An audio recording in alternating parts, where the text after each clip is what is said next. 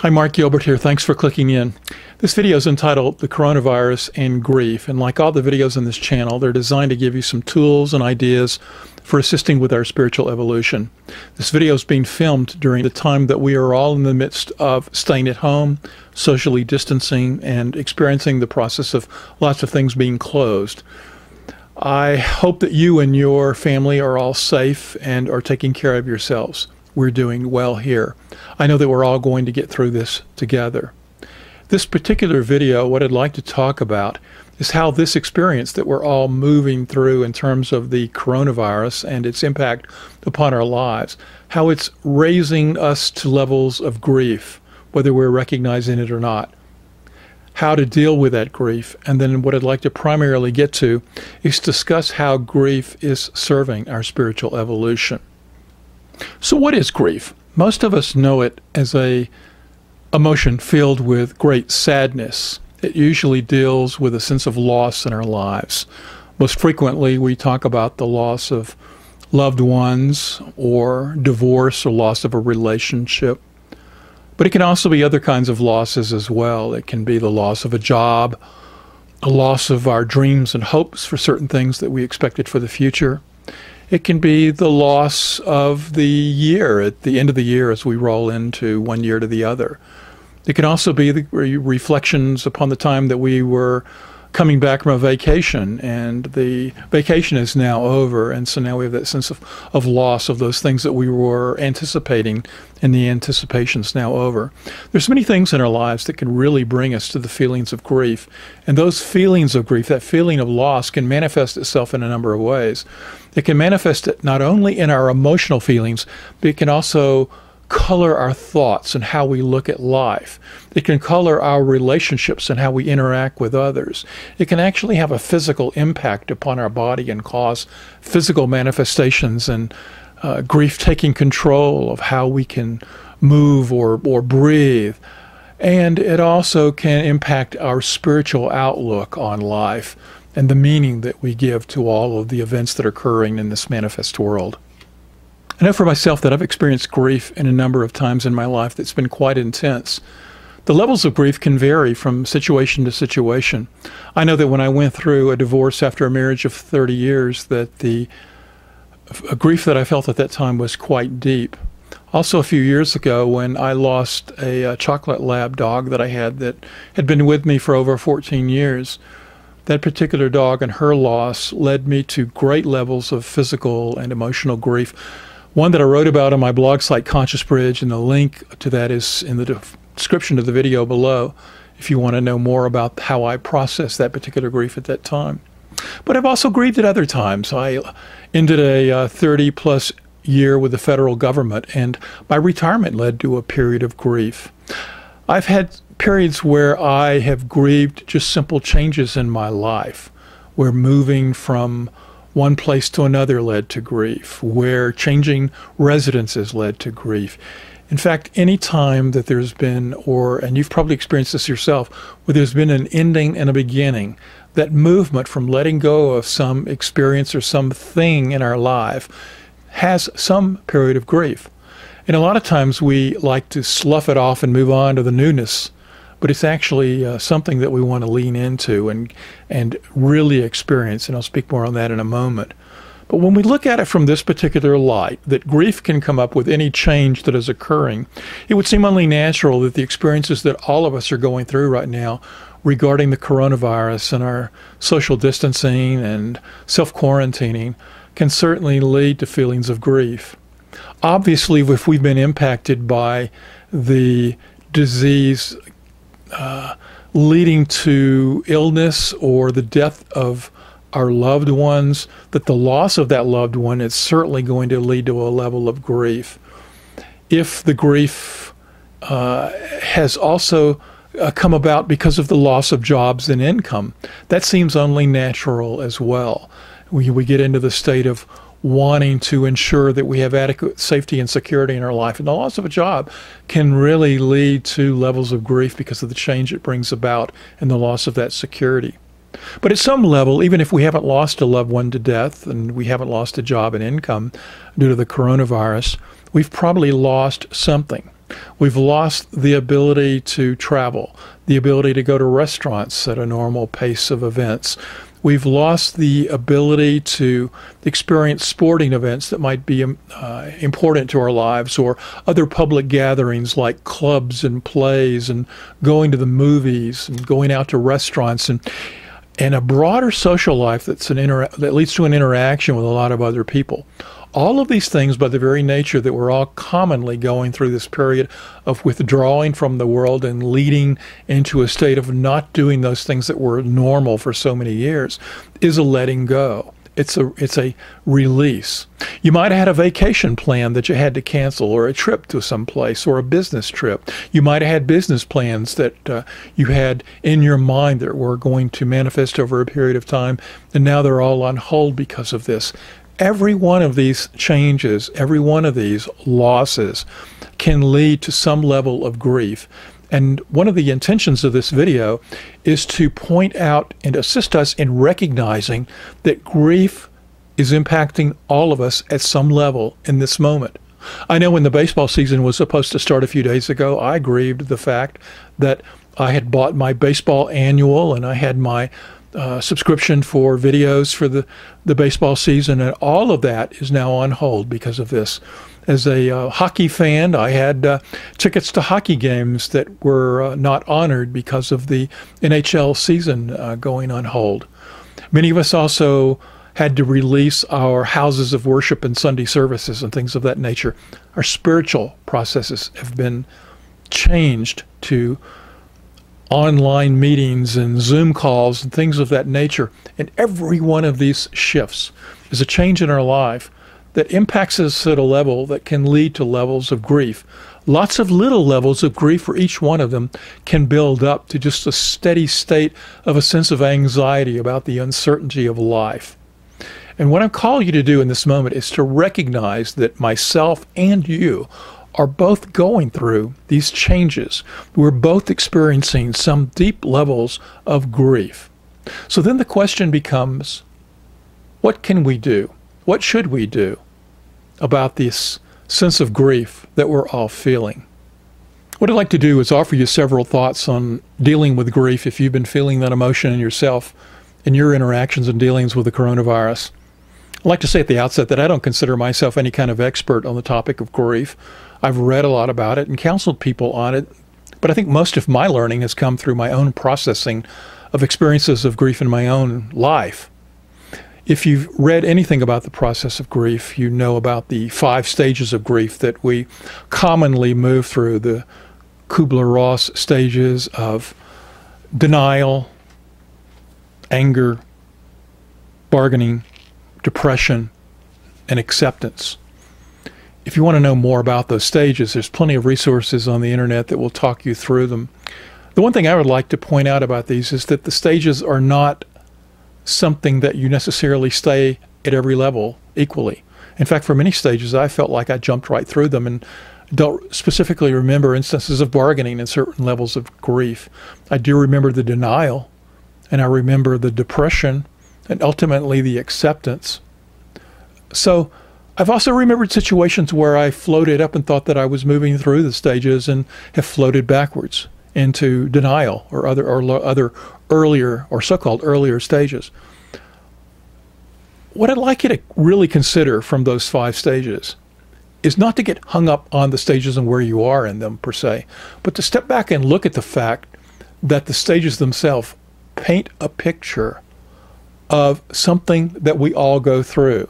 We may not go all through it at the same type and the same total experience, but it does paint a picture of the commonality of the human experience of moving through the emotion of grief. So the grief that you're feeling and the grief that I'm feeling may not be manifest in this moment exactly the same way, but there's a general nature to it that we are all feeling that includes these characteristics that Kubler-Ross painted out. The other thing that I like about her stages is that it points towards a resolution. It points towards the fact that we begin in levels of deep pain and we move to levels of acceptance, that there is a growth or evolutionary arch, a a process of healing that occurs as we move through the stages. And that gives me hope. Hope that when I'm in the midst of some deep depression over something that's going on in the changes in my own life, that hope tells me that eventually this too will pass. All things must pass. And I recognize that and hold that mantra in my awareness. And that's a key for me as I look at the stages. So that's my first suggestion, is to use the 5 stages of grief as a means of instilling hope in you that this too will pass and that you will move through it. The second thing I would recommend to you is to not ignore the feelings. It's real easy for us to feel the deep grief of an event and to just bury it, to push it aside, to say that I don't want to feel that. It's almost a cliche, but frequently people say you need to lean into the feelings. And I would say that too. But what do we mean by leaning in? By that I mean feel into the feelings. If you are in periods of deep grief or even mild grief, feel the feelings. Don't try to push them away. One of the things that I've learned through my life experiences is that if I have something that I try to push or deny or hold down, it's going to explode out at the worst time and in the worst way. It's best that when you recognize that you have some emotional state that's coming up in you, to deal with those emotions. And those emotions really are giving you a gift. And the more that you can lean into it, to feel what you need to feel, and ask yourself, what's the gift that I need to get out of this? What is the learning that I need to get out of this? That is going to help you move through the grief at a better and easier rate. Look for the lessons, look for the gift. And the third thing, and then probably the most important thing that I would suggest to you, especially in situations where you're feeling deep grief, is to seek help. Don't try to do this alone. I know that in the moments when I've had the most grief, be it in the divorce or obviously the death of Harmony a few years ago, if it wasn't for the personal help that I got and the ability to talk it out with someone and to get their feedback, to have them as a sounding board for what was going on in my life, then I probably would not have navigated those moments as well as I did. Reach out to the support network you have around you, your friends, trusted people, and professional assistance if need be. So I'd like to shift gears just a little bit now and discuss the coronavirus and this sense of grief that we're all going through at some level, and ask ourselves, what does this have to do with our spiritual evolution? Well, one of the things I frequently mention in these videos is that our essence, at our truth, we are timeless spiritual beings who exist in a realm beyond this material world. But that we have manifested into the material experience, that we're spiritual beings having this human experience, and that the human experience is a gift to give us many things. One of those things that it gives us is the experience of polarity, of duality, of experiencing things that we tend to label as either good and positive or bad or negative. And that we move through our life with the highs and the lows, that which we desire and that which we don't want. And we're given the free will to make the choices within our life to shift between those two. But then we're also sometimes moving through the experiences of the world where we see we have no control and we're at the mercy of those events that we simply are sitting back and labeling as good or bad. One of the things that I think that this experience that we're all moving through is giving us as a gift is the fact that it's allowing us to experience this duality. Yes, none of us would have called into manifestation, or at least most of us would not have called into manifestation, the experience of a pandemic where we would be going through the social isolation and the economic impact that we're currently experiencing. That might not have been something that we so called into our lives, but now that we're moving through it, we have to look at it and say, okay, this is giving us something that we need to lean into and experience. This is part of the human experience. And even though our essence is beyond this physical material realm, let's lean into the experiences that we're having in this time and gain from that experience what we need to get from it, which is sometimes just the experience of the duality, experiencing the bad with the good. It gives us that contrast in life so that it helps us design the life that we truly desire. It helps give us those things in our life that we recognize that we don't really want to manifest, so that we can shift our attention from those to the things that we would like to experience. And so from this, I think we are all learning at some level a shifting towards what it is we want to create in our physical expression, in our physical lives, through the experience of the negativity and the polarity of the virus and its related experiences in our life. Another aspect of our spiritual evolution is that our time in this physical realm can also be seen as a type of school. It's an area where we are moving through choices and personal experiences that lead us to grow, to change, to evolve, and to hopefully become the best version of ourselves that we can be. In that light, all of the experiences that we are having due to the coronavirus and all the losses that we are experiencing are an opportunity for us to grow and to evolve. You know, it's often said that we really don't fully appreciate something until we lose it, until it's taken from our lives. And this can be in anything, a relationship, a loved one, a pet, money, a job, whatever it is. When we have things and we tend to take them for granted, and then we lose them, that loss and the resulting grief that occurs from that loss leads us to new levels of appreciation for the thing that was in our life that's now gone. Now, I'm hoping that we're all going to come out of this coronavirus on the other side with things getting back to a new state of normal. I don't think things will ever be back where they were before, but they will be at some level of similarity, where some of the things that we were experiencing previously will return. Sporting events will probably return. Going to movie theaters will return. Going to restaurants will return.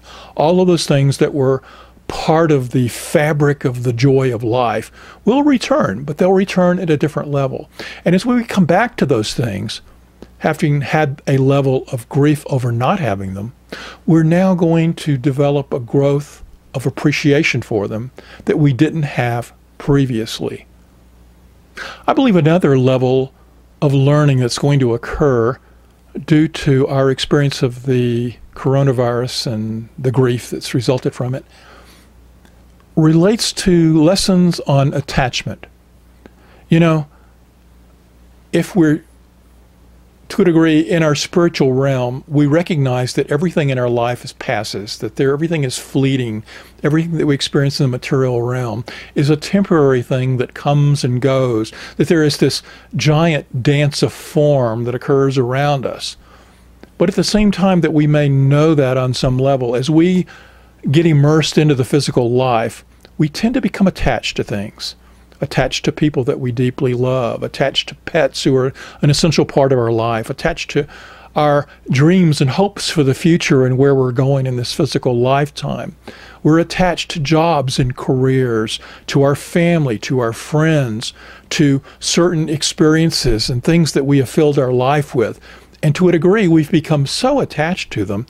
And now that we are grieving the loss of their normal expression in our life, there's a lesson for us each to learn regarding where were we unduly attached to things? Where were we putting too much emphasis on the things in our life that we felt were more important than they really are in the big scheme of things? I think one thing that I'm seeing in the expression of people in our lives now is that a lot of things that were seem to be very important and things that people were, arguing about at great levels in the life of relationships, they stepped back and said, what's really important in these moments? It's frequently said that a person, when they retire, they look back over their career and they frequently say, I wish I hadn't spent more time at the office. They recognize the importance of friends and family, that there are certain things that we spend our time on because we become attached to them. And when we get a little distance and we started looking back and reflecting upon our lives, we recognize that maybe if we had a chance to do over that thing, we might do it differently. And I'm thinking that's going to occur right here now. I think there's a learning lesson for us in terms of where in our lives we're unduly attached to the people and events and activities of our life. And hopefully we'll do some self-reflection during this time of self-distancing. And when things return to a state of the new normal, we'll look at things differently and we'll make different choices and we'll be less attached. You know, the Buddha said that the root of all suffering in life is the attachment. It's our attachment to stuff. And the true enlightenment, the true freedom in our life comes from letting go of being unduly attached, of releasing attachments to the degree that we can. So the question I would invite you to consider in this time is, where are you attached to things that you've had to release and you're now grieving? And when the new normal returns, where will you go to release those attachments? What will you do that will allow you to create a higher and greater and more evolved life for yourself? So ultimately, the grief that we're experiencing due to the coronavirus can be seen as a tool for us to examine those areas in our life where we're attached to physical things, and to use that awareness to shift our focus back to what's really real, our spiritual truth. So that's what I think. What do you think? How do you see the coronavirus and the resulting impact upon our lives and the grief it may be causing us as a tool for your spiritual evolution? I'd love to hear your thoughts. Thanks for watching. Thanks for watching. Hope you enjoyed it. There's a similar video right here next to my face if you want to click on it. Also, if you want to get notifications of future videos, be sure to hit that subscribe button on the bottom left-hand corner. If you'd like to contact me, email me at the address on the screen or drop me a comment in the comment field below on YouTube. Thanks.